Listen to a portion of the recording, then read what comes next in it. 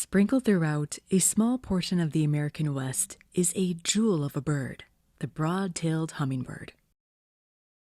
It makes its home there for a few short months of the year, from about late May to early August, before it migrates south to Mexico.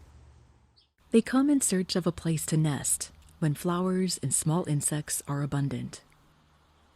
So when I learned about a nesting broadtail in my area, I eagerly set out to document what was going on. The nest was somewhere in this massive evergreen, but where? Right there. That tiny, tiny nest, about 12 feet off the ground, is home to the next generation of hummers. It's positioned strategically at the end of a branch, harder for squirrels to access. Just above it is another branch, nice and full of pine needles to provide shade and protection from the elements. The outer diameter of the nest is only about 2 inches or 5 centimeters. The base is made out of twigs, plants, and leaves. Soft plant fibers like those from cottonwood trees get added to make it soft and cozy. Moss and lichen may be added to the outside to provide camouflage if they are available. But the secret to the hummingbird's nest is spider silk.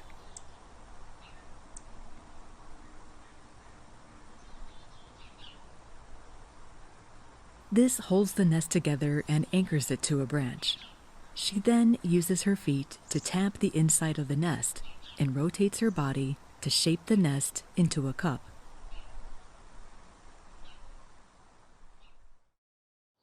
Spider webbing allows the nest to be flexible to accommodate the chicks as they grow bigger.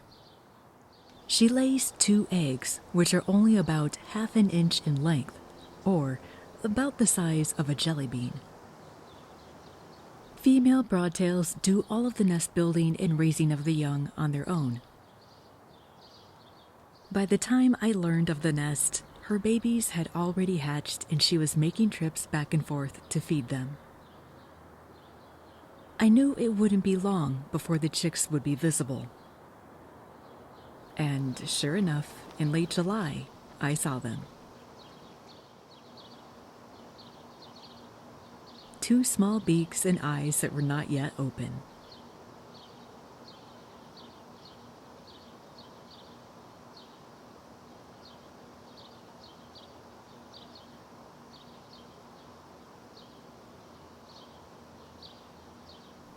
After the female left, I could see the nest cup stretching as the young birds moved around within it.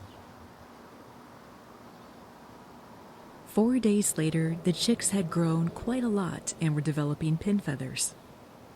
The female had no need to brood them, at least during the day, but she remained vigilant of her babies, providing them with plenty of food, checking up on them, and challenging nearby squirrels. Now and then, she'd sit for a bit in a nearby tree or on a branch not far from the nest. My next visit was 3 days later, on August 3rd. I was greeted with a sight that had me immediately worried. The youngest of the 2 had fallen outside of the nest, but was sitting atop of pine needles. I imagined the nest had become crowded with the growing birds, and the one rolled out over the edge. Though certainly not as comfortable as the soft interior of the nest, it seemed to be managing for the time being. It was preening, and I was happy to see it gape when the mother came by for another food delivery.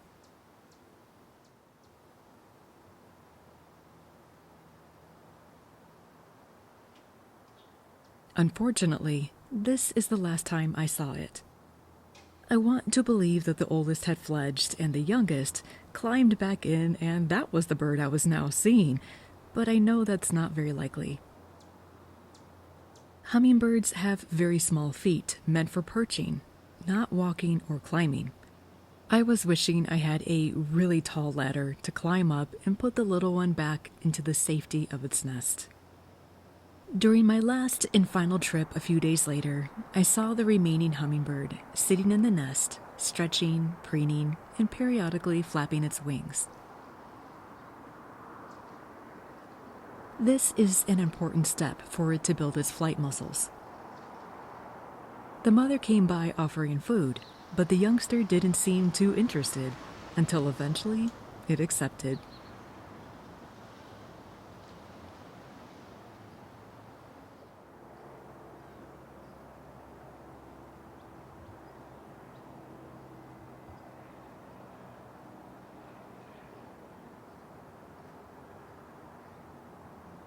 It fledged probably a day or two after that, and was seen at a nearby feeder, its shorter beak identifying it as a younger hummingbird. It was a gift to be able to witness these incredible birds growing up, and I'm happy to be able to share it with you all.